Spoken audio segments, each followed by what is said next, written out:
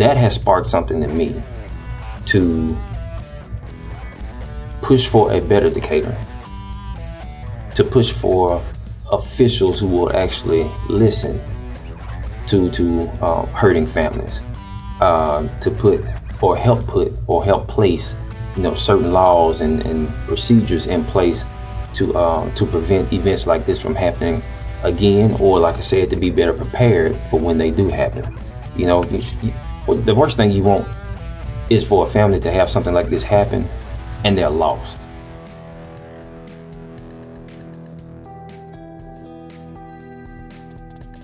Alrighty, welcome in. It's your favorite political podcast. It is Alabama Politics This Week with Josh Moon and David Person. How are you, David?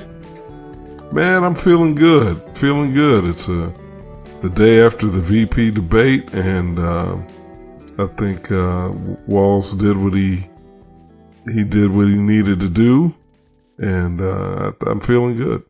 He's a likable fella. Tim Walz.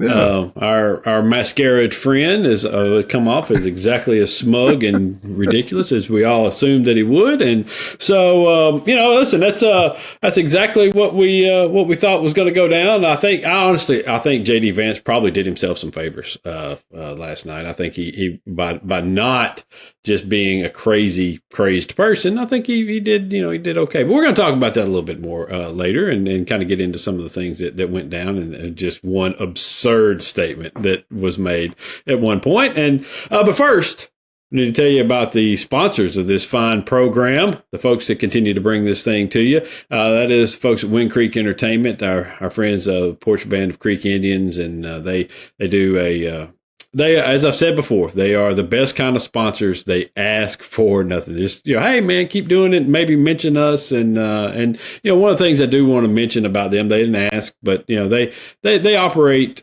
they're not just a casino. They have some very nice resorts. Stayed in one recently. It is top level, I got to say. And Fire is indeed Fire, the restaurant. You should check those out in Wetumpka and in Atmore, and also the restaurants and casinos in Montgomery as well. But they also run a load of other businesses around the state. And if you're pretty much in any major city in this state, the Porch Creeks are there. They operate businesses. They have a presence in your community. They are employing people around the state at a very, very high level. And the number one hospitality employer in the state is because they operate several different hotels, not just casino resorts. They operate other hotels as well around here. They've got a stake in hotels right outside Disney World that are part of the Disney family. Okay. And so,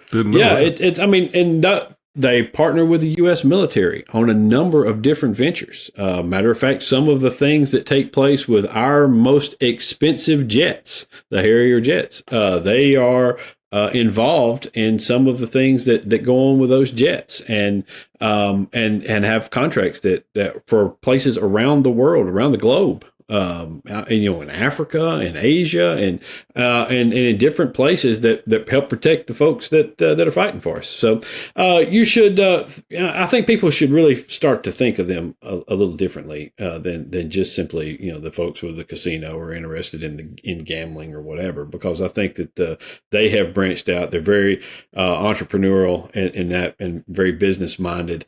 And I think that folks ought to start thinking of them more that way. I think they're a tremendous asset to the community and to the state, and we certainly appreciate what they do here. If you're looking to go to somewhere on vacation, I would highly suggest you hit their website at Wind Creek Entertainment, Google it up, and book a stay somewhere, because you will not regret it. It is really, really nice. That place in Atmore is just tremendous. It really was. I was really taken aback by just how nice the whole thing, how the entire experience was from going down and staying. They have really helped to transform the landscape, I know, of Huntsville's downtown with their investment there, and a couple of hotels, and I think maybe even some other properties. And you have to wonder, what Alabama would be like, what it would look like and how it would function if it were not for the Porch Creek Indians. So, Yeah. They're a major part of the economy here. And, and this is a group of people who, several hundred years ago, give or take, or a couple of hundred years ago for sure, give or take, were forcibly removed. Mm-hmm. They 1830, yes. Yeah, the Trail of Tears. So, mm-hmm. The fact that they have returned, so to speak, and not held that against this state and this country and invested. They've built an empire, you could almost say they rebuilt their nation, and helped to make Alabama and the United States a better place. That's quite a statement. It is. You mentioned that, and I kept hearing a lot during the last little negotiations over the gambling stuff that was going on in the last legislative session, and there were a couple of times in there where a couple of lawmakers said to me, "Well, I just don't know why they don't just trust us that we're going to do this." And I was like, "Yeah, I can't imagine why they wouldn't trust you. What could be in the history here that would lead them to think, wait a minute, we probably shouldn't trust the white people." I think that there's a bit of history there that tells them, hey, get it on paper. Okay, get it on paper first.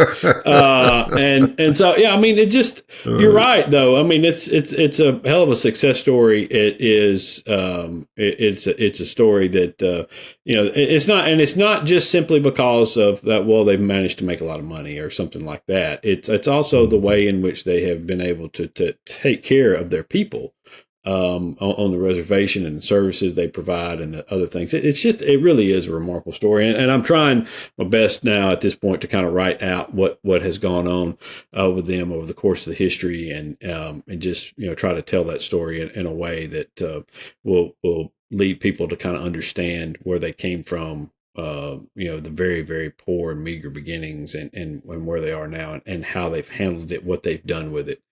So, great. That's great. But anyways, we really do appreciate them and what they've done for the program and sponsoring it and bringing it to you. So, all right, let's get into this here now. Before we go to and we're going to get into the VP debate and some other things towards the end of the program. But let's start with me. I wrote a column. Hey, a good call. You don't like that? People don't like it. Get your own damn podcast, okay? This is our podcast. We start where we want to. All right. Yeah. So, in fact, it was so good. It was so good. I actually reposted it on my Facebook page and gave you a nice shout out because I thought you hit it out of the park with this one. Well, I appreciate it. I do appreciate it. And if we could ever get David to write anything else for us, we would talk about his columns. But he went big time on us and said, no more of this little small time stuff at APR. I got other things to do. That's understandable. I want that for everybody. But what I wrote about was it was actually brought to mind by a conversation we had on the V TV show that we do, airs most markets on Sunday mornings. And we were talking about another attempt at voter suppression, essentially, which is SB1, which has been blocked by a federal court, partially blocked by a federal court. And SB1 criminalizes the payments to someone or the receipt of a payment by someone to assist another person in filling out an absentee ballot application. Okay, not filling out the ballot itself, but the ballot application. And what it was seeking to do, no matter what they tell you about, we're trying to secure our elections, that's bullshit. All right, let me just say it flatly, as James Carville would say. That's bullshit. All right. Let me that lying to you, and that's all there is to it. And that was a good imitation, by the way. Thank you. Yeah, James is a favorite. And so, what they want to do, they're trying to suppress votes. They know that most of the people that participate in such activity are civil rights groups. And so they're trying to make it seem as though this is some nefarious action, which is what I wrote, but it's not. All right. What it is that these civil rights groups all over the state pay workers to go out into communities and find people, identify folks who are eligible to vote, who are registered to vote, but who have not cast a ballot, who have not participated in elections.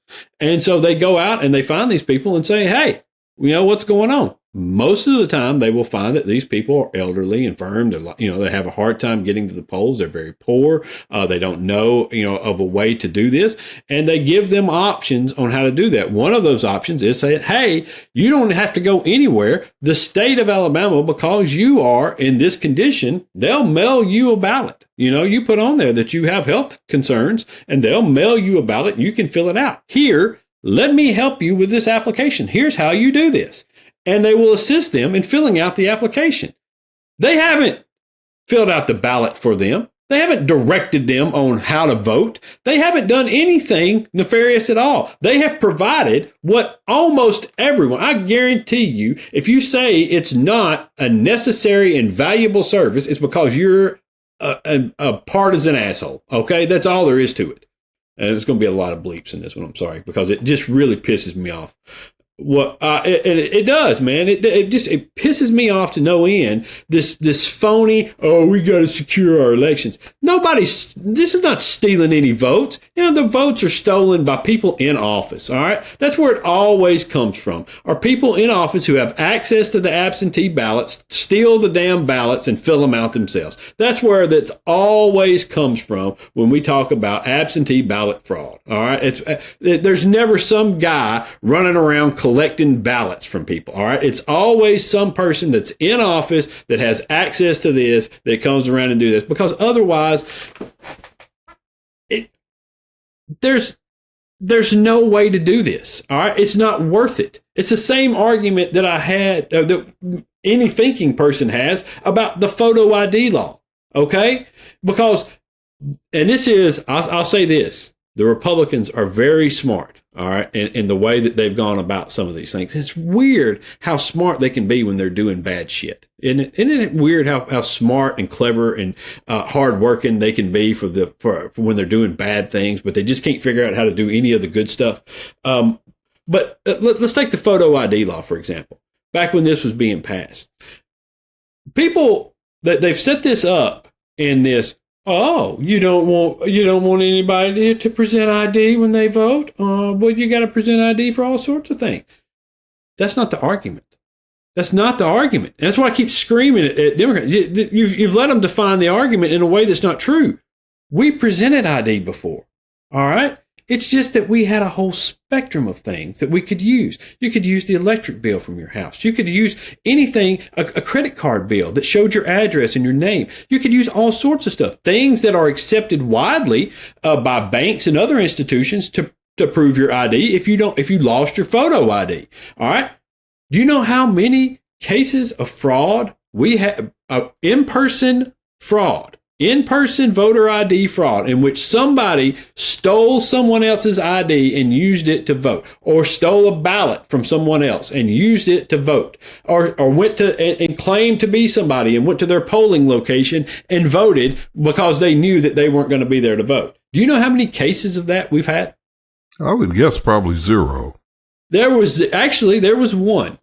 Oh, was and there one case? Oh, okay. That one case was a situation in which a sister stole her sister's photo ID and used it to vote, which would have not been stopped by the photo ID law. Okay. Right. But they implemented the photo ID law under the guise that this was securing our elections because people are just out there, they're just out there stealing our elections. And how could you be against having ID to vote? Well, nobody's against that, but they are against and I use this example when I wrote about it back then. My grandmother at the time, who's passed away since, never drove in her life. Scared her. She didn't like to drive. She never had a driver's license. She never had a photo ID. She was born in some small town in Georgia, lived in a small town in Alabama. She didn't have any clue where her birth certificate was. She didn't have any idea. I brought this up to John Merrill at the time, and I said, so how is my grandmother supposed to vote? What's she supposed to do? What did he say? And his response to that was, and to give Merrill credit, Merrill went a lot farther than a lot of other secretaries of state, Republican secretaries of state out there. And they set up a system in which if the poll workers could vouch for you and said you were who, that they knew you, that your ballot was fine. And also he set up a team that would have gone there and talked to her neighbors and other people, and they would have given her a photo ID. Now, most other states didn't even come close to that, which is why Alabama's photo ID law was essentially okayed by the federal courts because of the steps that Merrill and them had taken to ensure that they got around some of the more nefarious portions of this. Now, his Republican colleagues were very pissed that Merrill took these steps and have subsequently stopped funding a lot of the things, the mobile teams and some of the other stuff that he was doing. And so, but that is what I'm talking about. We talk about how they have gone about suppressing votes in this. Yep. And it is essentially the modern day versions of poll taxes. That's all that it is. Well, it's ways to stop certain groups of people from voting. Yeah, and it reminds me a lot, Josh, of what was done during the civil rights era when the FBI and some other entities went way out of their way to try to demonize legitimate activities being conducted by the NAACP, the SCLC, SNCC, and others. This is just right out of that playbook. And, I know there are some people who still, some conservatives, some right-wingers who still kind of cringe when they hear the acronym NAACP. But just to clarify, and I don't think that's legitimate, by the way. I think the NAACP has been one of the most important civil rights organizations in the history of our nation. But in addition to the NAACP being involved in helping people to apply to vote and to maintain their voting rights, we're also talking about the League of Women Voters of Alabama Education Fund. What's nefarious about that? The Greater Birmingham Ministries, an overtly Christian organization. What's nefarious about that? The Alabama Disabilities Advocacy Program. Yep. Listen to that name. I know, right? What's the problem with that organization? And what could be nefarious about an organization that exists to help people with disabilities have access to the same rights and opportunities that people without disabilities have? It's just crazy. The logic is off. The ethics are off. And we know, as you've already established, and I think established well with your column, this is about politics. It's about politics. And I like the fact that you made it clear that this isn't just weird. And we know Republicans have demonstrated a proclivity for weirdness of late under Trump and Vance. It's not just weird, it's shady. It's just downright shady. Yes, it is. It is downright shady. And because what they will tell you is mail-in voting, it's just rife with fraud. There's no proof of that. None. There's no proof of it whatsoever. Matter of fact, it happens in a bunch of other states, and that they've never found any level of fraud with this. Any level of fraud greater than just ordinary voting. Okay, the same will be said about curbside voting. Remember when we had the whole thing about curbside voting in this state, and they banned it? They got together and banned it because you need to go in. And people with disabilities were like, dude, it's really hard for us to get in there and get up into some of these places to do this. Why wouldn't you just let us pull up to the curb? There's a person standing there watching you fill out the ballot, for God's sake. Right. And we drop it off. The drop boxes. Oh my God, they're stealing the drop boxes for the ballot. No, they're not. They're not stealing drop boxes. Okay, nobody. This was after the 2020 election, the one thing and all the investigations that took place, the one thing we should be 130% sure about at this point, which is not really a thing. And yeah, I don't know why I said that, because it normally pisses me off to hear somebody say more. You can't be more than 100% sure. You just can't be. 100% is the max. It's all you got. All right. But sorry, we're journalists. We're not. We don't excel in math. It's okay. That's right. I know. The one thing we should be 100% sure about is these things do not lead to more fraud. We know this. Yeah. We've studied it. We've reviewed it. We've looked at it in 1,000 different ways. We've debunked the mule video from that con man felon D'Souza or whatever his name is. We know that these things that they claimed are not true. And what mail-in voting does is it encourages more people to vote because it's easier to vote. Same with curbside voting. It allows people who what happens if you're just sick that day? What happens if you just happen to be under the weather that day? You can pull up and vote, or you can, whatever. It's the same day registration. We can do this. It's not a problem. We have computers, so nobody's checking it by hand anymore, all right? We know, we can verify, we can hook you into the system and say, yes, here is her ID that says she lives at 123 Market Square. Yep, here you are in the system. We're going to go ahead and pre-register you to vote here. Now, you still have to go through the check, which will transpire before your ballot is official. But yes, this is what we're going to do.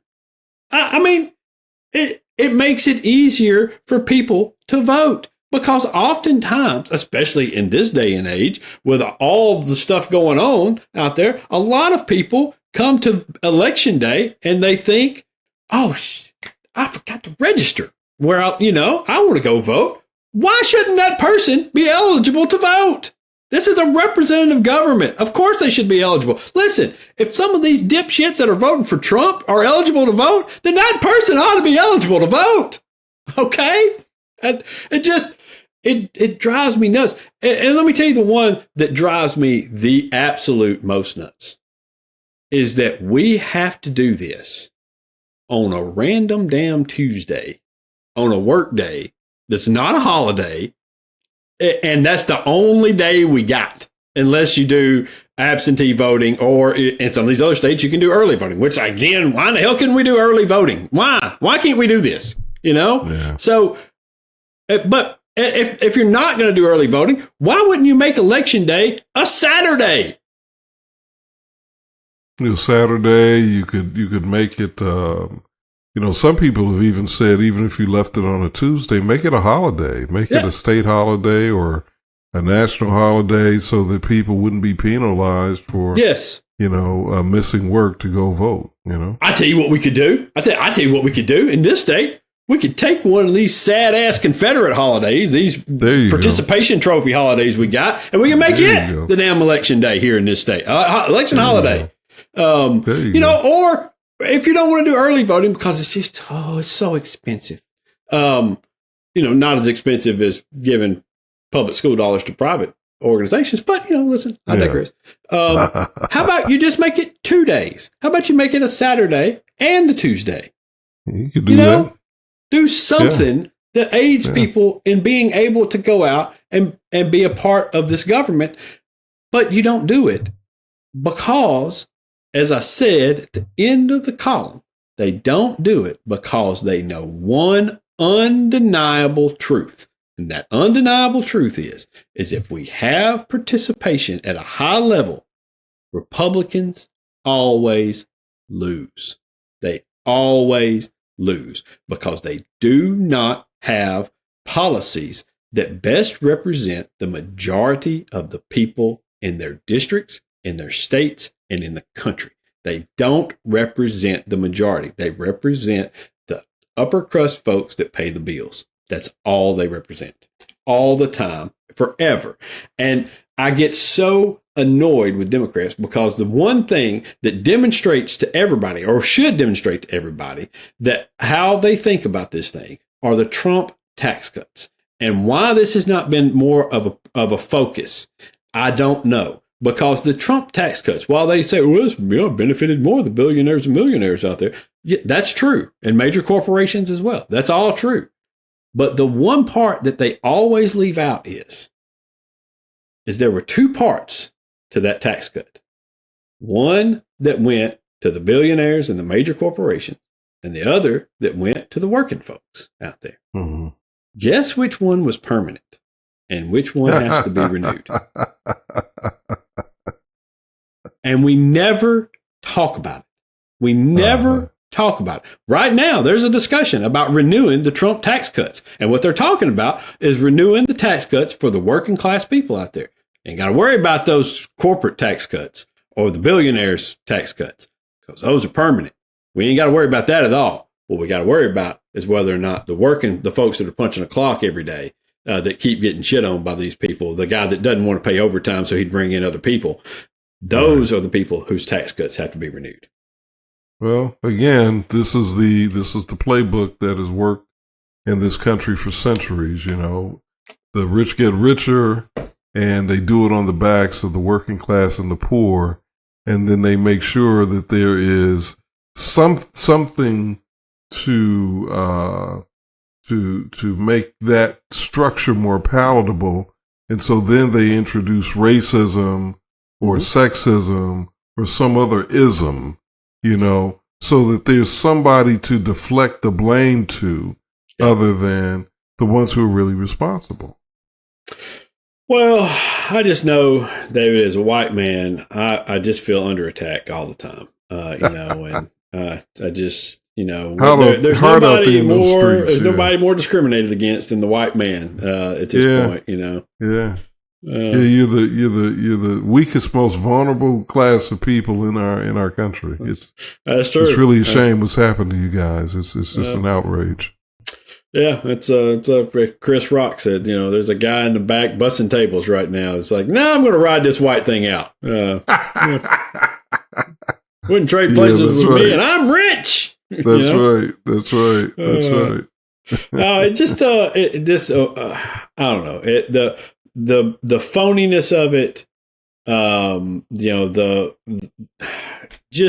I think a lot of people who support this stuff actually believe the lies. But I think of people like Wes Allen, they know exactly what they're doing. You know, this stuff, booting the people off the rolls. He knew exactly what he was doing. And he was dumb enough to say the quiet part out loud, which is, and I realized that, you know, some of those people may actually have been mistakenly removed. Mm-hmm. Oh, really? And you did it anyway? Yeah, he did it anyway. He didn't care. Because I tell you, there were two reasons for it. Number one, he wanted to create the confusion and stuff. And number two, he was up against a deadline. And so he did not have time. And I've had this screaming match with somebody who is close to him. And oh man. I said, because there's a system. This is the whole point of the DOJ's process. There's a system. He could have checked. He could have checked out and seen whether or not these people were eligible to vote or not. There was a way to go about this, and he didn't do it because he didn't have time. He for whatever reason ran it up against a break, and he was trying to beat that deadline. He didn't beat it, but as we know, we've talked to the folks from SPLC, the attorneys. They're challenging this thing, and you know, it's shameful, man. It's as much of denying you right as it is your right to free speech, your right to, you know, it's the same as if Wes Allen went to your church and dragged you out because he said you don't have the right to that religion in this state anymore. You know, it's the same thing. It's denying you a right at this point, and it's really egregious. It really, really is. So, all right, let's slide out here. We got a really, really special guest coming on. It's Nicholas Perkins, the brother of Steve Perkins. He's been with us before, and we just passed the 1-year anniversary of that tragic shooting of murder of his brother, and he's going to talk about what's going on what's in the city of Decatur and how this has been handled. Nicholas is a good dude and is really has handled this with a humility and man, just a sense of calmness and professionalism that I don't know that I would have. I really don't. I mean, yeah, hell, y'all hear me rant on here about people I don't know and things that don't personally affect me. And I'm, basically screaming as it is. Can you imagine what I'd be like if somebody had done that to my family and then tried to cover it up the way they did it and the way they've acted since then? Man, I'd be arrested 18 times by now. Oh. Yeah, he's an impressive young man. Every time I talk to him or I'm around him, I just come away thinking, my God, what an incredible human being. And he's handling this with an elegance and a grace that is just inspiring. Yes. And yet he's not shying away from, calling it what it is and pursuing justice. God bless him. He's just an inspiration. He absolutely is. All right, we're going to come back with Nicholas in just a minute. It's Alabama Politics This Week, brought to you by Wind Creek Entertainment.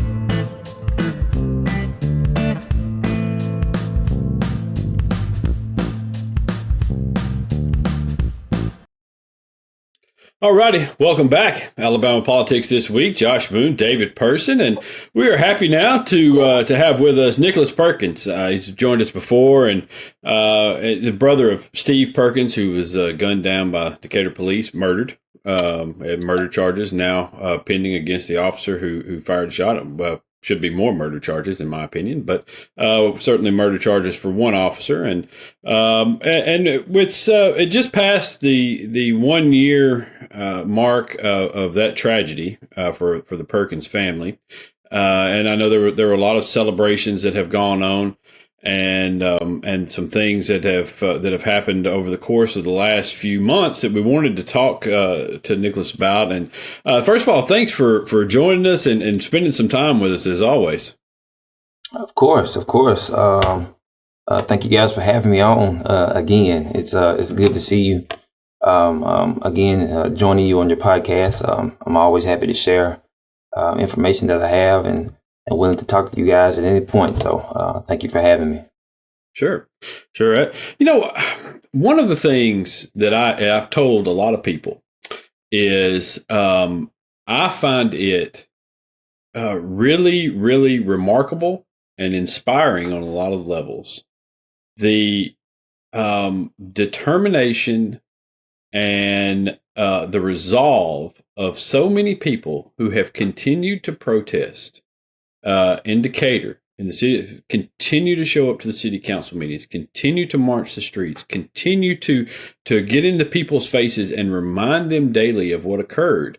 And I think it's going to lead to some real changes in that city. And so from just the family standpoint, I just wonder what y'all's view is of, I know y'all have participated as well, so I don't want to exclude you from when I say that, but also just the folks who have also come out and been there for this whole time and have never stopped.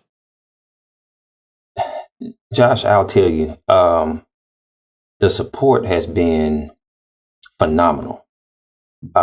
Nothing of this magnitude has happened in Decatur since the Tommy Lee Hines episode, which was about 40 years ago. Right. And even then, the support was big, but it has grown tremendously since then. Steve was not a well-known person, to be honest with you. He was not a celebrity. He just a good guy, just a good neighbor, good husband, good son, good father, good brother. The ordinary guy, got up and went to work every day, went to the gym. That was his thing, and just took care of his family. So when this tragedy hit, September 29th of last year, it shocked the Decatur community. It rocked it to its core. I think the most shocking part was the statements that were actually given out initially, and then to have the doorbell video cameras come out and contradict that statement. And it set a fire to the Decatur community.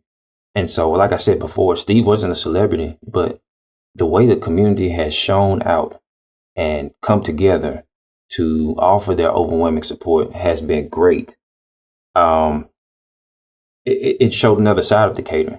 It showed that Decatur can come together, that Decatur can be unified Decatur can fight for a cause if they want to, and there have been instances in the past where there's been division, and Decatur has not come together to fight for a cause. But on this issue with Stephen Perkins, they have been the mighty fist that gives a mighty blow. And every day since September 29th, the community has showed up. They have gave more than just hugs and monetary donations. They've given support, like you said, at every council meeting, even secret meetings that we weren't even supposed to know about, that they found out about and would show up. They have constantly showed up at the mayor's house to protest. I was just informed that on Sunday, at the 1 year mark, some protesters showed up at the mayor's church service. Not to be disruptive, they just kind of eased in the back door, and he ended up calling the police to escort him out the side. So Steve Perkins' situation is not going away no time soon. And we still have a trial to go to April 7th. So I am just overwhelmed. My family is in debt to the community for their support. We thank them with all our hearts, and we're just going to keep fighting and going forward, pushing forward. And with the community behind us, I just don't think we can lose. Yeah, I've also said a few times, I grew up in Decatur. I still have a lot of friends. My family's still there. And I know from talking to them and from the folks I see on Facebook and other places, and just people that I talk to, it's really surprised me how widespread the support for the Perkins family has been, and the outrage against the police department and the city has been from some people who I know because I argue with them all the time, on Facebook and other places. We don't share the same political beliefs. We don't share the same beliefs about police and Black Lives Matter and all the other things that have been politicized. But in this particular case, when I think they've seen it up close and personal, and you're right, those doorbell videos were such a stark divergence from what the police put out to begin with. I think that it really, really caught people, and a lot of people who have held some positions in other instances in other cities, from afar and back to police. I think that they've really taken a hard look at this and said, "Hey, wait a minute, this is not something that's happening here." And so I wonder, from just being there too, do you get the sense that this is going to have a long-term effect on the city? From a political standpoint, maybe from who they're going to elect in upcoming elections for city council, for mayor. Obviously, there's going to be a new mayor coming in. I feel like Jacob Ladner has made a pretty good case and has been, he hadn't taken necessarily the side of protesters in a lot of things, but he's been an ear who's somebody who's willing to listen and somebody who has not pushed back against him. Certainly not the way the mayor has. Steve's death, while tragic, has done an extraordinary thing. It has exposed a lot about the city of Decatur, and not just the police department. It has exposed things about our city leaders. It has exposed things about our local government and how it reacts, how it's ran, and what it just does initially. And I hate to use the word cover up, but essentially that's what it was. Because of those doorbell cameras, if that hadn't been exposed, if that hadn't come to the surface, I probably wouldn't be on this podcast with you today. And so, because of Steve's death, it has shown a light on the corruption that has been going on for decades. And with that being said, I think people are more aware of their local government, of our local government. They're more aware of who they should choose to put in those leadership positions, like the mayor seat, as well as the city council seat, as well as the position of chief of police. That's an appointed position that happens with the council and the mayor together. So people are more aware about who they put in those seats. They're more aware about voting. Speaking of which, we're coming up on a presidential election. So people are more susceptible to actually get out and vote and not just stay at home and not think that my vote doesn't count. And then on further down the road, we have our local elections for mayor and council that are coming up in August of next year. And so I really expect a huge turnout of people wanting to put somebody different in those seats, somebody who's going to actually care for their community, someone who's actually going to listen to the citizens and be concerned about the issues that plague the city, and someone who's actually going to be a leader and try to push the city forward, not to move past the Steve Perkins situation, but to actually acknowledge it and use it as a tool to reshape Decatur's future. Mm-hmm. Nicholas, every time I hear you, man, it just, my heart is full. I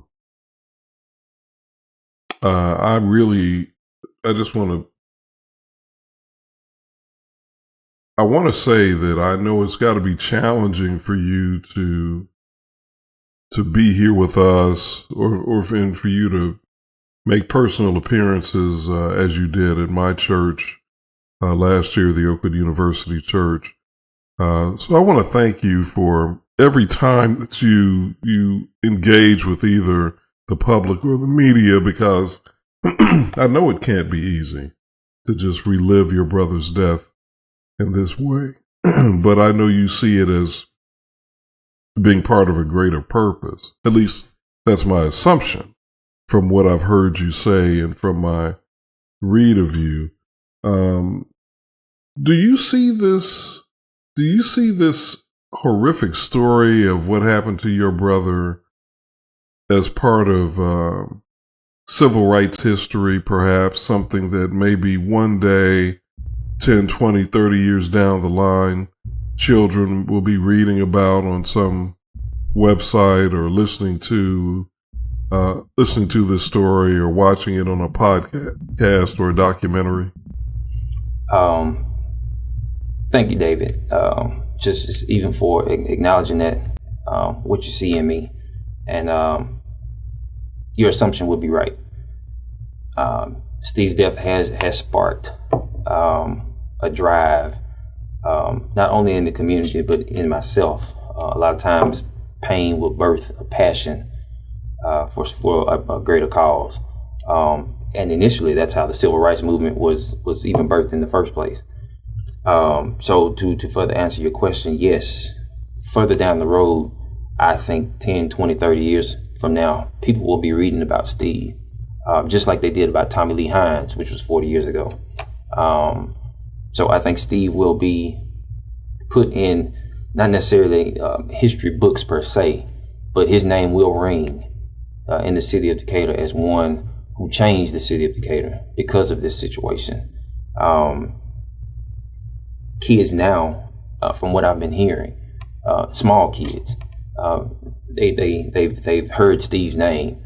If you drive around the city of Decatur, which is also rather hard for us, but it's also a proud moment, you will see signs of my brother's face in people's yards, signs that say I am Steve Perkins, or signs that say justice for Steve. And those signs aren't going anywhere. These are people who were deeply affected by Steve's death. And again, they may not have even known Steve, but they know what happened to him was wrong and something has to be rectified. So for years to come, small kids, older kids, adults will be talking about Steve and this situation, how it has affected Decatur in a negative way, but then was turned around into a positive to, again, help reshape Decatur, to change the reputation of Decatur. Right now, Decatur has a stain over it, unfortunately. There's a cloud over Decatur, and that's because of the tragedy that happened to Steve. And so we are working now to help remove that stain, help push Decatur forward, and help to give it a revitalized reputation as a city that actually has leaders, a city that will do the right thing, a city that's not full of corruption, and a city that cares about its citizens. And will always care about them and not use situations as a cover up, especially when they're in the wrong.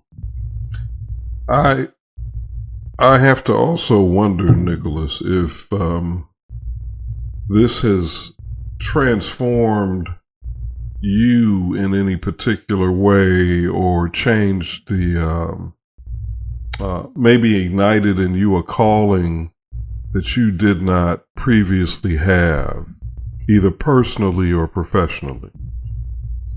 Again, David, you would be assuming right. I don't want this to happen to anybody else.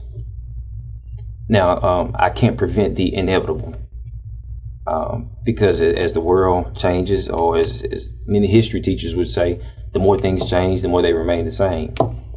But what I can do is to help be more prepared for future situations. Decatur wasn't prepared for this at all. We as a family weren't prepared for the miscommunication, not knowing who to go to, not knowing who to believe, not knowing who to trust. And with that, other things were exposed as it relates to people not wanting to be transparent.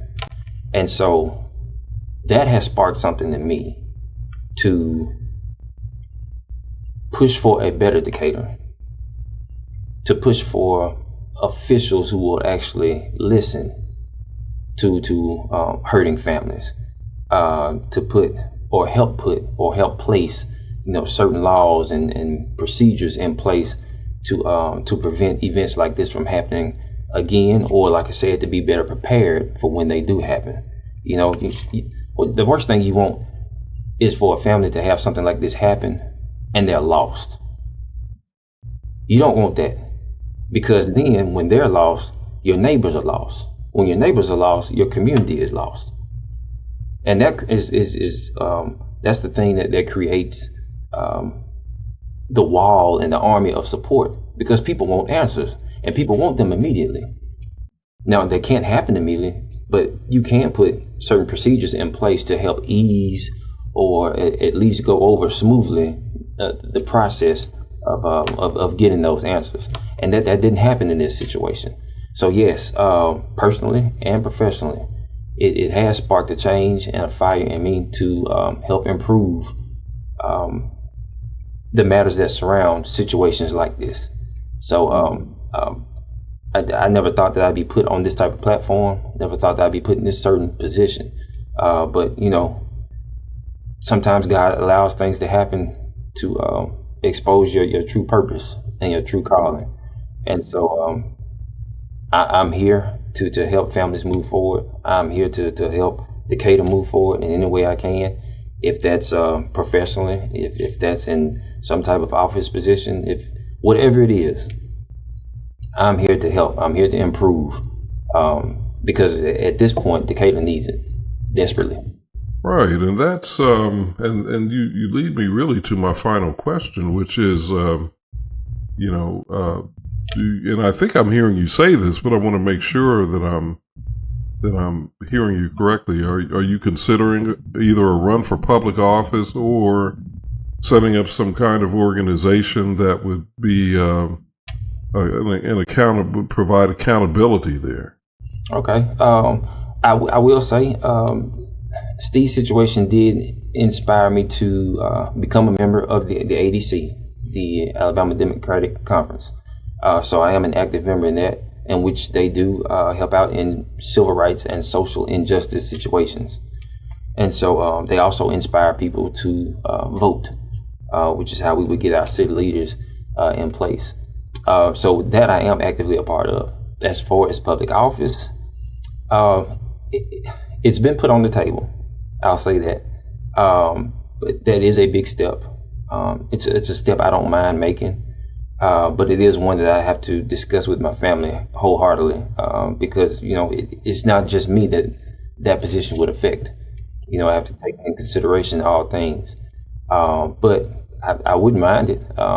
It would give me more of a voice, more of a platform, and more insight on how we can improve the city, improve relations, and like I said, move the city forward as best as we can to remove that stain I talked about earlier, because it's definitely there. And you can't be a city that's stagnant. You can't be. The city will die. And Decatur's not a bad place, but you also have to have order, and you also have to have structure. And so that's where leaders come in at. And obviously, you can see the leadership in Decatur has failed us. So we definitely need some new leadership. So if God entails for me to do that, then I will move forward by faith. Well, I got to say, the bar right now is Hunter Pepper, so I think you getting in there would be one hell of a step up. So, so let's we've talked a little bit about the leadership Yes. and things, and so let's put some names here with this. And Tab Bowling is the mayor of Decatur, and Todd Pinion is the police chief in Decatur. Mm-hmm. I want to ask first. It's kind of a maybe it's an in the weeds kind of a thing here, but I hear a lot about the criticism of Tab Bowling, and look, I've written some very critical things of Tab Bowling, and I think he deserves every bit of it. But what's a little curious to me is that while the focus has been on Bowling, and I think it's maybe because he has the power to remove Pinion, maybe, but I don't necessarily hear the same sort of vitriol directed at Pinion. Is there a reason for that? Because it's my belief personally that Pinion should be fired. I think whether he's a good person or not, he is in charge of a department that has repeatedly engaged in situations that have embarrassed the public, which has led to mistrust with the public. I mean, not just the fact that he had several of his officers show up illegally to Steve's house that night. I mean, people just gloss right over the fact that these guys weren't even supposed to be there, much less hiding behind the corners of his house like they're there to rob him or something, like an ambush. And then we had the situation in which the gentleman got punched in his own store. A few months prior to this, the business owner who was punched in his own store. We had the deal with the kid after the high speed chase and all that happened. Then we've had the things that have happened that transpired after the protest with some of his officers and the assaults that have occurred. And so have y'all spoken to Pinion? What is the interactions that have taken place with him like? Do you find him to be a good guy in a bad spot, or maybe just a bad leader, or what's the opinion of him? Pinion has been petitioned several times to step down. Mm-hmm. Not just him, but the mayor has been petitioned also to fire Pinion, as well as the mayor, stepped down. Mm-hmm. The thing about Decatur is, and we've talked about this earlier, at least I spoke on it, the leadership has failed us, but the leadership is together. Your Tab, your Todd, they're protecting each other, to be honest with you. And in my opinion, things will not change, even with Todd, until that mayor's seat is filled with another person. And while Tab is there, he's not going to do it. Tab has been infuriated and embarrassed at city council meetings because people have asked for this, and he won't do anything. So it's almost like beating a dead horse. And instead of him reacting the way he should, it's almost like he's doubled down to say, I'm the mayor, you can't tell me what to do. So therefore, Pinion hasn't left, and he hasn't left. I can recall a couple of weeks ago where Mayor Bowling was in negotiations with my sister-in-law and some other organizations to resign. If you're going to quit. There's no negotiating for quitting. Not at all. And then, of course, he changed his mind. So, I agree with you wholeheartedly, Josh. Pinion needs to go. He should have been gone. but he's being protected right now because Pinion is a puppet. He's a Yeah. puppet. He Yeah. does what the higher ups want him to do, and right now doing the right thing is not on their agenda.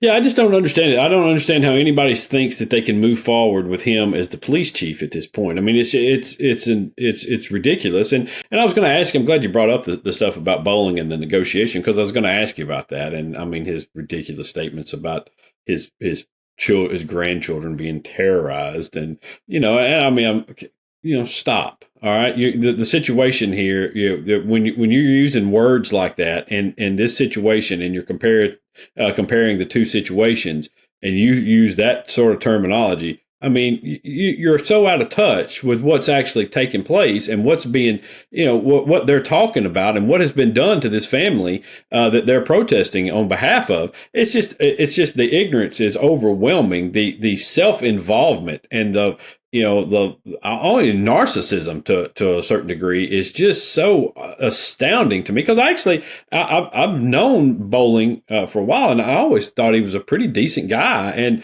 I mean, I don't know what happened in this situation that turned him the way he is. I mean, I don't know if it was just he handled it poorly and started taking criticism, and he's never had that before and he didn't know how to handle it, or what. But it's just been, honestly, it's been embarrassing to watch this whole thing take place. And so when he came to your sister-in-law and the other groups and wanted to do this negotiation, did they believe that he was sincere at that point? I wholeheartedly believed that they thought that he was sincere. But I think when the word got out that he was actually negotiating with people who see those organizations as a threat, or the not so calm citizens, ones who may keep up a little ruckus, I think that hurt his pride, to be honest with you. I think that made him look even more weak in the eyes of certain citizens who actually voted him in, who backed him up as being a mayor. And I think they came to him and said, hey, we elected you, and we need you to stay in office. You don't need to step down because it's going to make you look weak. Well, it's kind of late for that. So, I mean, it is what it is. And, if I've said this before, there's an old saying, if you can't handle the heat, then get out the kitchen. And I think he should have left the kitchen well after my brother's situation. Now, I'll play the devil's advocate a little bit here. Had he come forth and been a little bit more transparent with what was going on with my brother's situation, and actually sat Pinion down, or fired him or something, or just let another agency come in and investigate, and then handle Pinion, maybe it would have rolled over a little bit different. But it was almost like they turned a blind eye in saying, we killed another black man, and oh well. That's what it felt like. That's what it felt like. And you can't run a city and have your citizens feel that way, because I guarantee you, and I hate to make this such a racial issue, because it's not. It's a humanity issue. But had it been a guy of Caucasian descent, I don't think the situation would have turned out to be the same. I really don't. No, absolutely not. And I think you see what you're talking about with the way it could have been handled differently in the way that the city council and Ladner has handled things. When he called in for the investigation from an outside agency, because I don't want to put them on a pedestal necessarily, because that was going to be my next question to you, or my last question to you is, how are the city council members, and particularly the president Ladner, Jacob Ladner, how are they viewed in terms of how they've handled this situation? I can personally say Ladner has been, he's been good. He's been good. There have been times when it was a little questionable, but after talking to Ladner, I understand his position. Ladner likes to be able to stand on facts before he actually makes a rash decision, and I get that. I get that. I don't think Ladner likes to be the bad guy.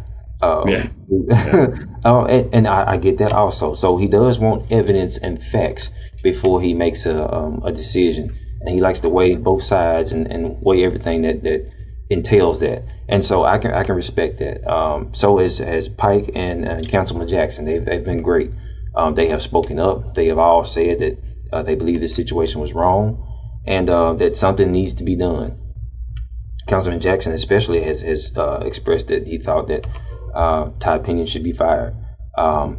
And honestly, if I'm honest, I think that Ladner is waiting on the results of the third-party review before he makes a final decision. And so I understand that. Now, the other two, not so much. Pepper has obviously chosen a side, which is a shame because there shouldn't be a side to choose.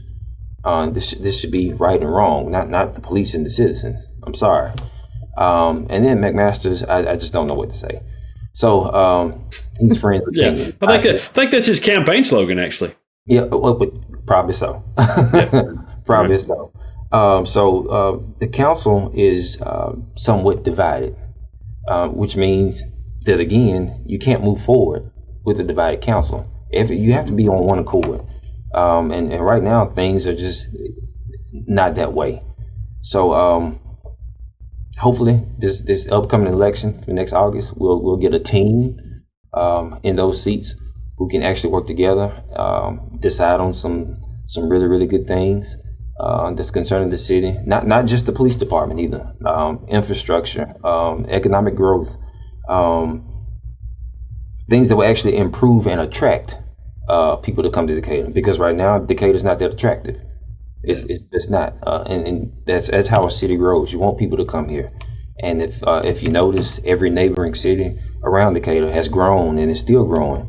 The only one that's stagnant is Decatur, and so if you don't have good leadership, it can't grow. It'll stay the same, and then eventually it'll die. Hey, Josh, I hear a mayoral campaign in the making here.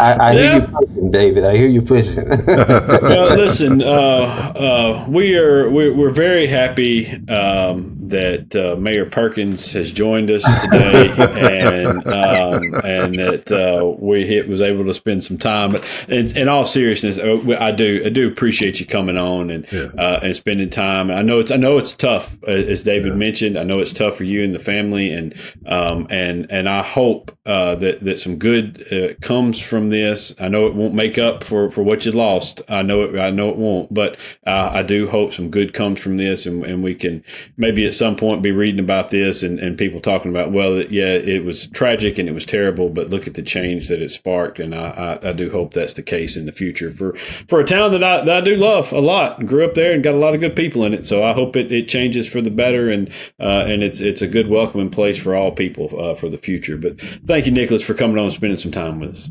Absolutely, Josh and David. Thank you guys for having me on.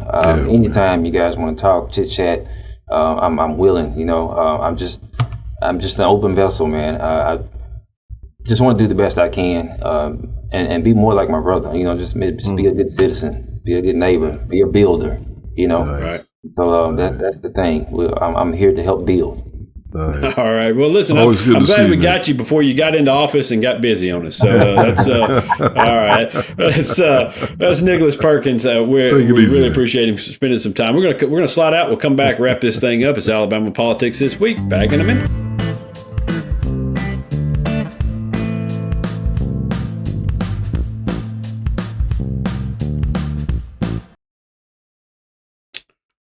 All righty. Welcome back. Alabama Politics This Week, brought to you by Wind Creek Entertainment. I'd like to thank the folks at Wind Creek, folks at SPLC, and Nicholas Perkins for coming on and joining us. Man, he's great. He is. I hope he runs for office, and I hope that city is shaken up. I really would like to see Jacob Ladner become the mayor. I don't know if he wants to run for mayor there in the city or not, but I think Ladner's a pretty good dude.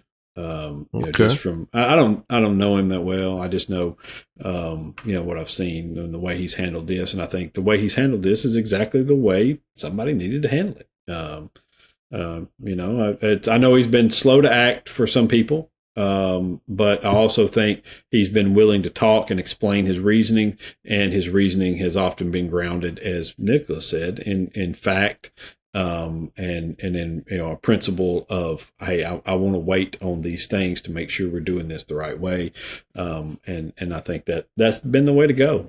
And I think he's treated people with respect and dignity, and I think it goes to show you how he's handled it. By the way, the mayor has criticized him. He's been very. I don't know if you've seen this or not. Have you seen the way Tab Bowling has criticized Jacob Ladner for?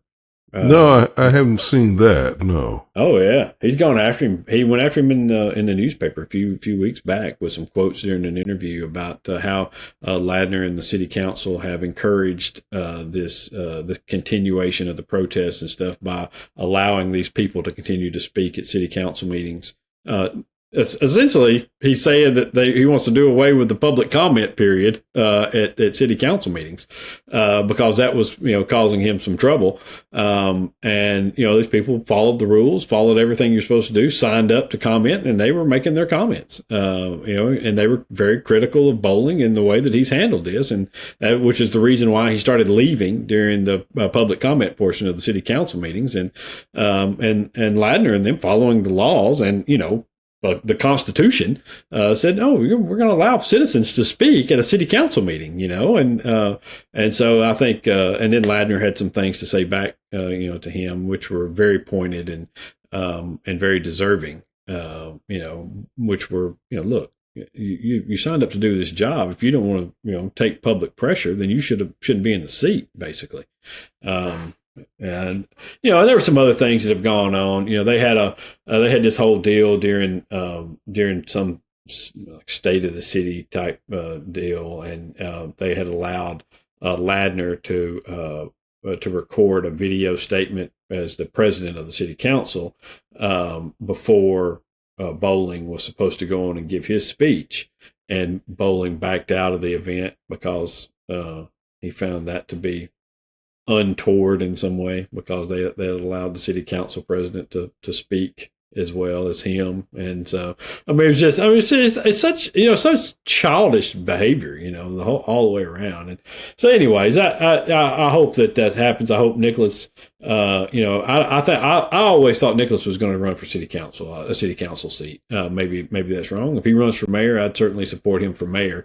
I think he's a good guy as well to run in that seat. And I think Decatur needs that kind of a change at this point. And I think they're going to see some change. And the one thing they definitely need is to get Hunter Pepper the hell off of that council. And just, if they could get him completely deported from the city, that would be nice as well. But he seems to be like a guy that's just dumb. He just seems like he's in way over his head. I mean, he was elected at 18. And when I listen to him, I'm just like, what are you talking about? He's not making sense to me. This is what happens, and so I know a little bit about this. Okay. This is what happens when you have a city that historically not very civically engaged, especially in their city council elections. And so you have a group of people who are out there pushing for what was really a very stupid, very short-sighted, very misguided agreement with 3M over the dumping of poison throughout certain areas of the city, including in the area underneath the middle school that I attended, which may explain a few things. But so they went about, there are so many examples of other cities, entering into better agreements and filing lawsuits and going through the court system and doing this. Decatur wanted to do this settlement with 3M because, some people just, they're good corporate partners. Yeah. The good corporate partners who've been secretly dumping poison all around you for, the last 50 years. Right.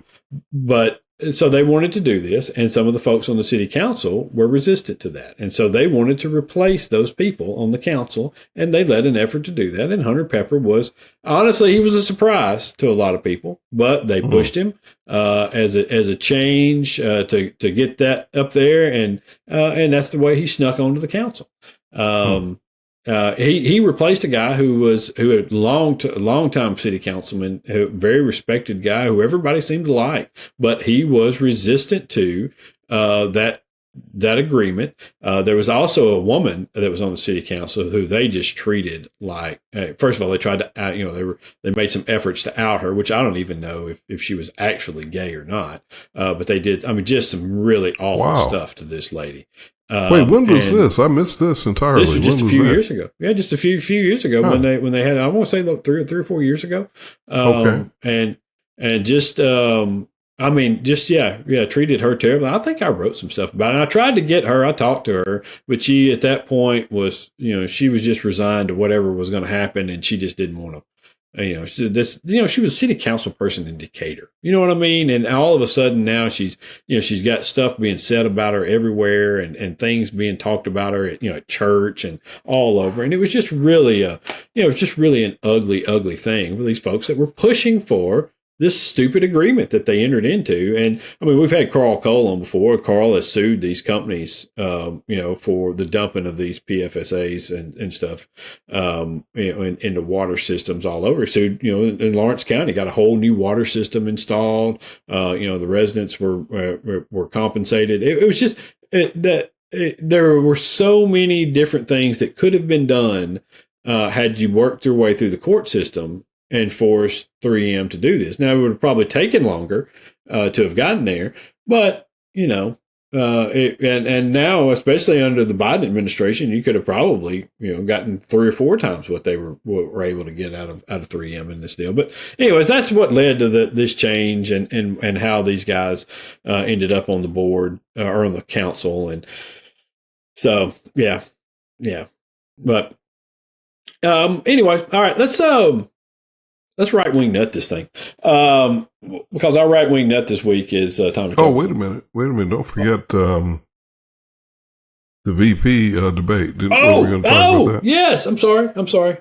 You're right. I got ahead of myself. I was going to call this a short day. I was looking for a half day today. Yeah. So the VP debate last night. Yeah. What did you think? Well, I thought Waltz did what he needed to do, which was basically not fumble the ball, and he didn't do that. I thought he also was able to get some yards, to stay with the football analogy or football metaphor, and he may have even scored a touchdown or two with some of his points. In particular, I thought.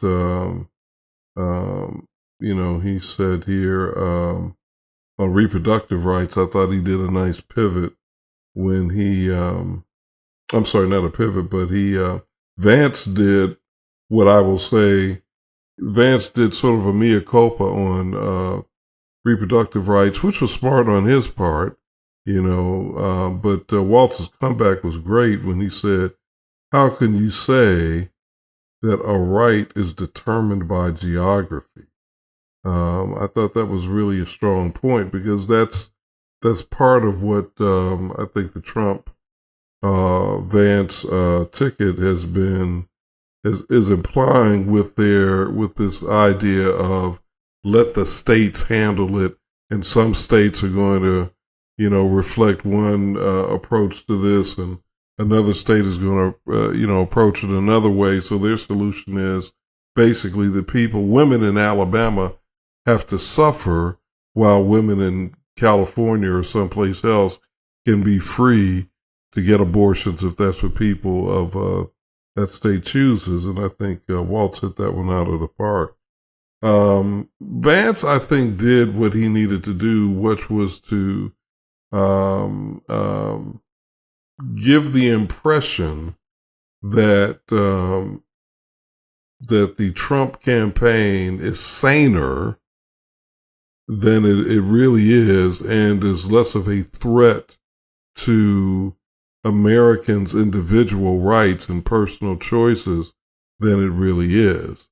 I think that was his whole mission, was to let's soften up the image. Let's do something to add some sanity to this thing, because what Trump has said, most of what Trump says, sounds crazy, and Vance himself at times has even sounded crazy. And I think he was able to achieve that to some degree, not for voters like me and you, but perhaps for some other voters.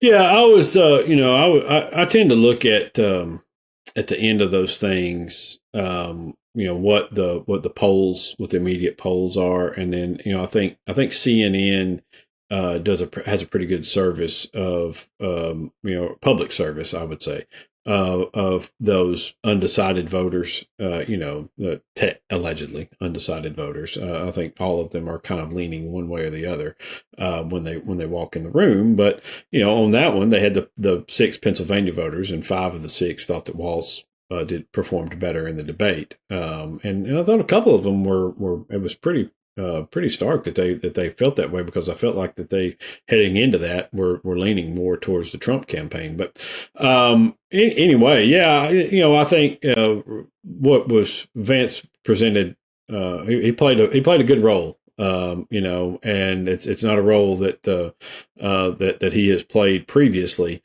where he was more reasonable and resisted some of the more outrageous attacks and outrageous lines on things. And so I think that definitely played well and did exactly what you were saying. It sanitized that campaign to a certain extent from some of the more awful stuff that they've talked about and would be part of their platform. I mean, particularly his stance on abortion that he has outlined a number of different times about the national abortion bans and things like that, and some of his comments, some of the anti-women comments that he's made. I think that he's got a long, dark history of those things, and I don't think one debate performance is going to turn a lot of folks towards his side on that particular topic. And I'll say this: no matter what you thought of the debate itself, after the debate, there were a number of things. Another thing that I think is a good service is Google will release what is the most searched topics before, during, and after the debate, and for each state. And after that debate was over with, the most searched topic for all 50 states was abortion, which is a pretty ominous sign for the Republican Party.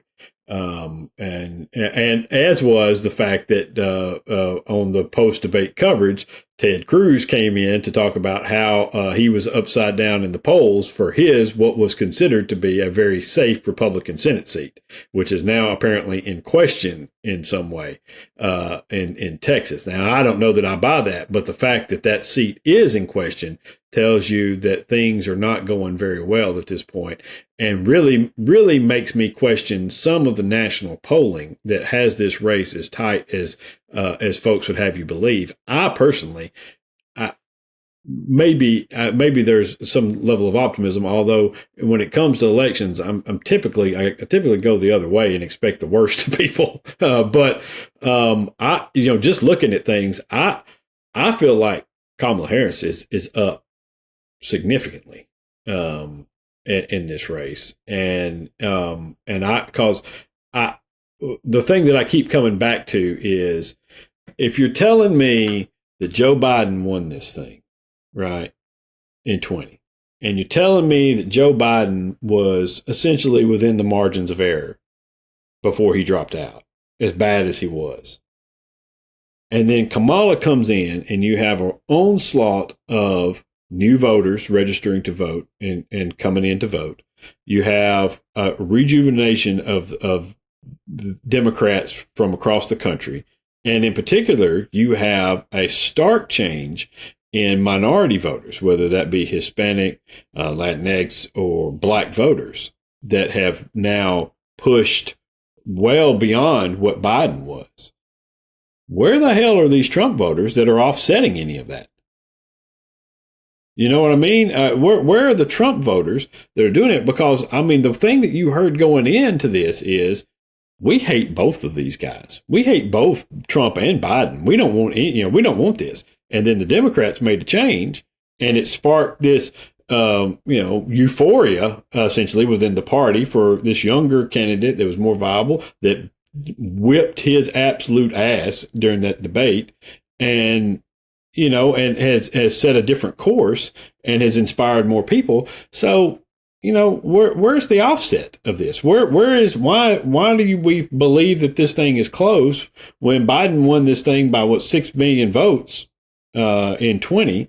I would suspect that, just given the numbers of it, she's up by 10 million or so at this point. And that's nationally. And so the number of votes obviously doesn't matter. It matters where those votes are. And so I understand that there's some tight races in North Carolina and Atlanta, but there are also some polls that show she's up 6 points in Pennsylvania. And if that's the case, that's a wrap, baby. Mm-hmm. Things over with. Yeah, I don't know. The polling, polling is not a science really. Yeah. So it's a sampling and statistical analysis based on the samples. So I don't know. I think that you're right. There's a possibility that the polls are just way off, and we've been fooled by polls before. So I wouldn't put a lot of stock in the polls. I think it is very clear though that there's a momentum with Harris that is indisputable, undeniable, and I think Ted Cruz does have. Going back to him for a minute, he does have reason to be concerned because the guy he's running against, Colin Alred, he presents well, and Ted Cruz, quite frankly, does not present well. He never really has, and in my opinion, I think he's up against somebody who presents well, who's got a background that probably dwarfs Ted Cruz's, and so Ted Cruz has reason to be concerned. Yeah.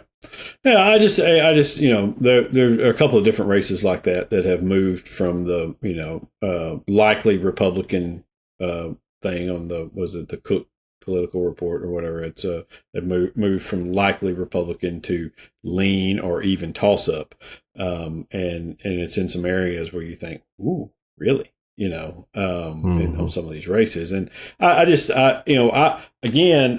think that people have undervalued the abortion issue again in this race. I don't know how long we're going to continue to do this before somebody says, hey, y'all know these women are voting too, right? And by the way, there's a lot of them.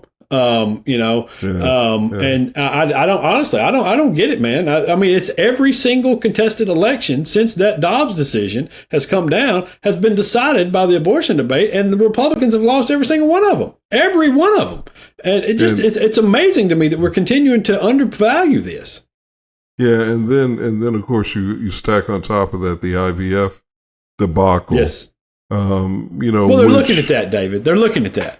Which is, but that's a thing that is really interesting because you got people that are on both sides of the ideological divide on abortion who have come together to say, don't mess with that IVF now. Right. And if you're trying to mess with that IVF, there's going to be a problem. So it does, you're right. I think this is sort of multi-textured, and there's the impact is going to be felt in November, I believe, too.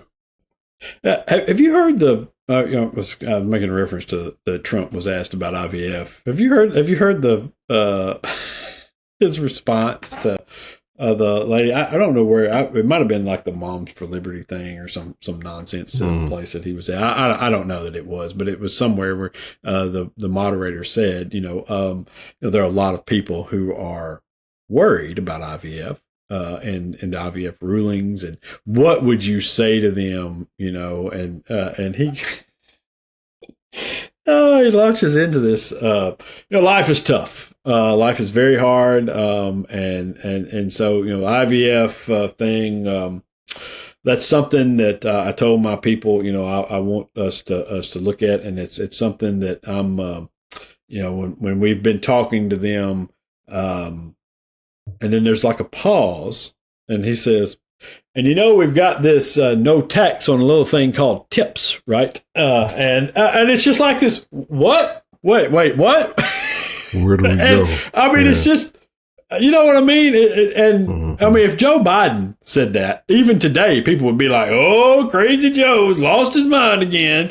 But no, it barely. I don't even think it made news anywhere. I saw the clip of it. I think on the Daily Show of all places with Jon Stewart, who does a really good job of breaking things down. These and using clips from the actual candidates talking. But it just. You're right. The IVF thing has added another layer to this, and I don't understand why it continues to be so undervalued and not talked about as this tremendous topic, as the topic that's driving most of these elections. It's just it is you when you have women bleeding in parking lots because and this is not hyperbole here. This is happening. Correct. I mean, this is happening to American citizens that they can't get treatment because the doctors are scared to treat them until they are facing absolute death, and in some cases are so ill that they're worried that they may actually die. And that's happening in this country because of these rulings. And then on top of that, you have the IVF, which are denying parents the opportunity to have children. That is a huge, huge issue for people. And why would it not be? It affects us all, Yeah. Well, I thought Waltz did a good job of hammering that home more than once last night. In my opinion, I thought he did a good job on that.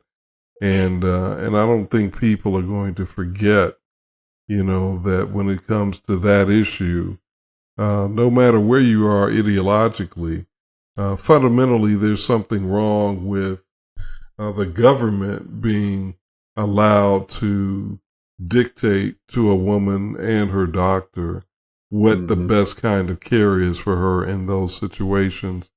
And I think Waltz was brilliant when he responded initially at the Democratic National Convention with that famous line, "We in Minnesota have a saying, mind your own damn business." Yes. I think that really encapsulates where a lot of people are, and where really, quite frankly, I think where we all should be. Yep. That just shouldn't be. And as we've talked about on this podcast, Josh, there was a point in time where that's more or less where even the Christian community, the conservative Christian community was. It just wasn't on their radar until it was politicized by the moral majority who was influenced by, and the guy's name just slipped my mind, but really well-known conservative operative back in the 70s, and his name escapes me right now, but he's the one who figured out that was an issue that he could use to create wedges and to crystallize and galvanize conservatives. I wish I could remember his name. He saw, the path from conservative Catholics to evangelical Protestants. And he realized that he could create a voting bloc there. And that's what he did. And we've been living with that legacy ever since. Yeah.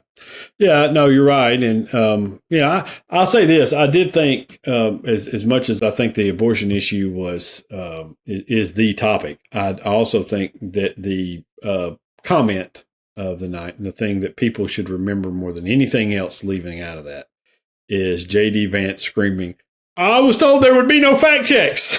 I mean, it's reminiscent of the old debate spoof on SNL of I was told there would be no math. I mean, just I was told there would be no. I was told you guys weren't fact checking. And just nothing sums up the differences between the two parties more than that right there. All right. It is that. Hey, why don't we deal in facts versus you can't make me deal in facts, okay? All right, we want to believe what we want to believe, and this is. I was told there would be no fact checking, and then what's even more depressing is the number of people who will then turn on the networks and the moderators for having the gall to say, wait, no, listen, actually in Springfield, the people there are there legally. Okay.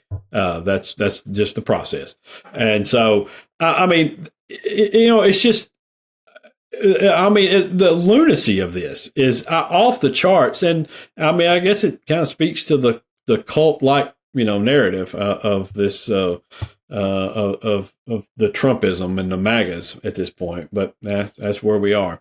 All right, right-wing nut, as I mentioned previously, it's a little foreshadowing. Tommy Tuberville is our right-wing nut, and Tommy's,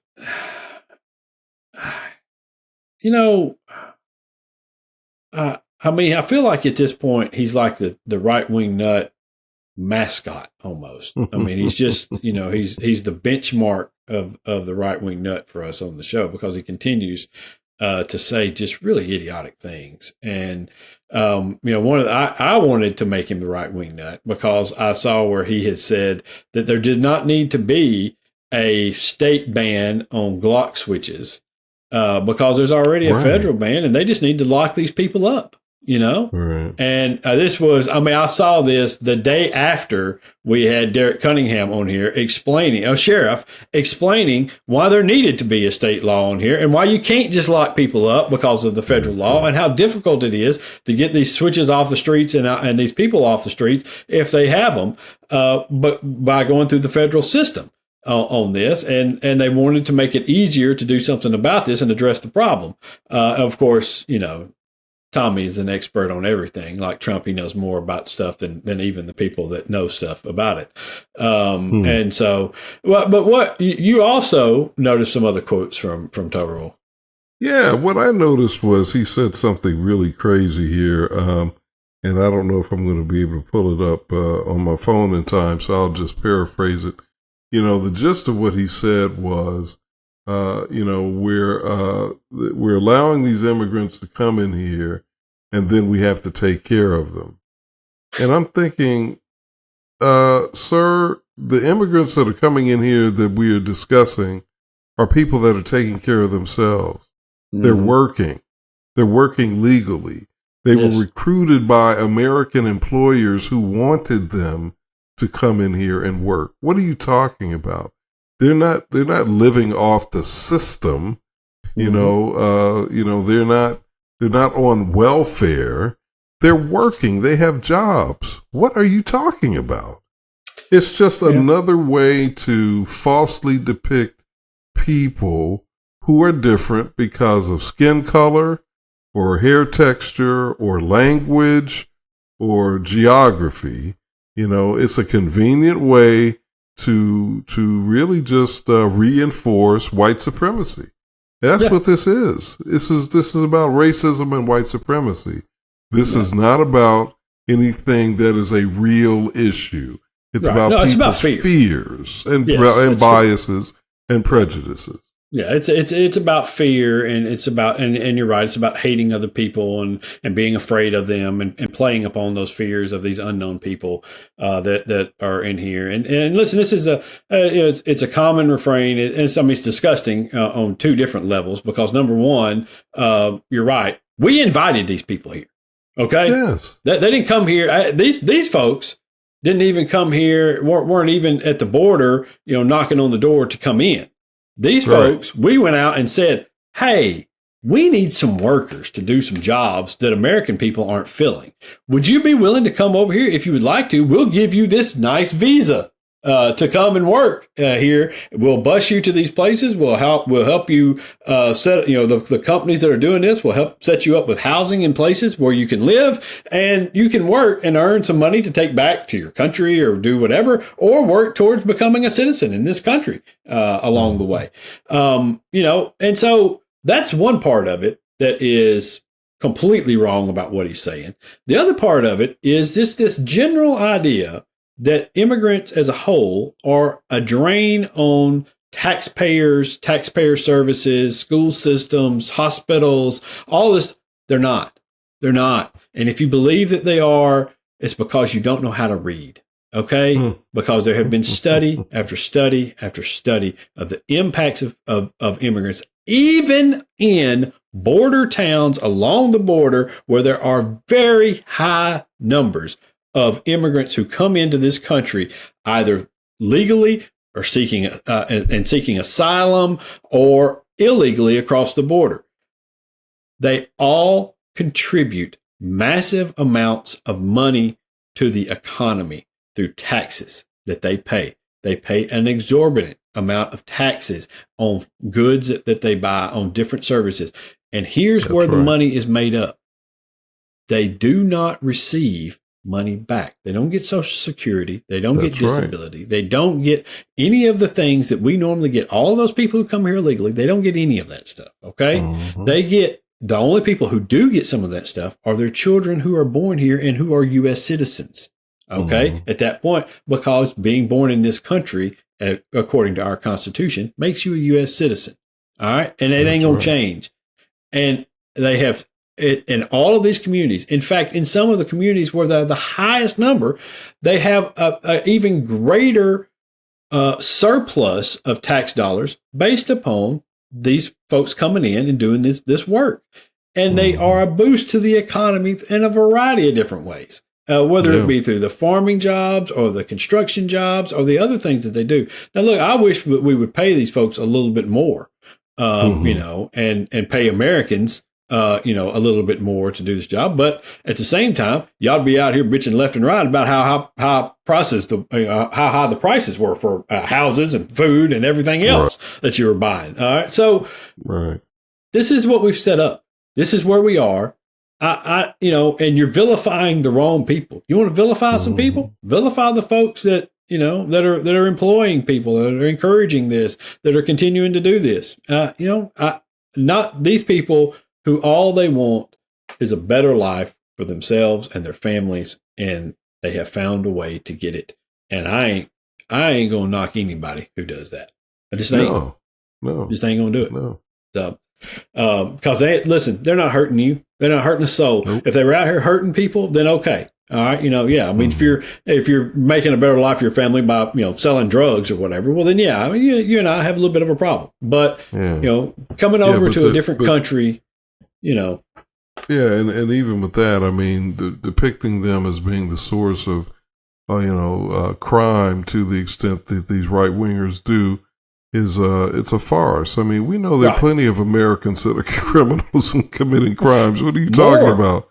America was crime-free before immigrants started coming here? Are you kidding me? Please. Yeah, I know, man. But, you know, listen, they speak English, David, so that doesn't count. All righty. Let's get ourselves out of here. We've given them enough. Until next week, y'all be safe.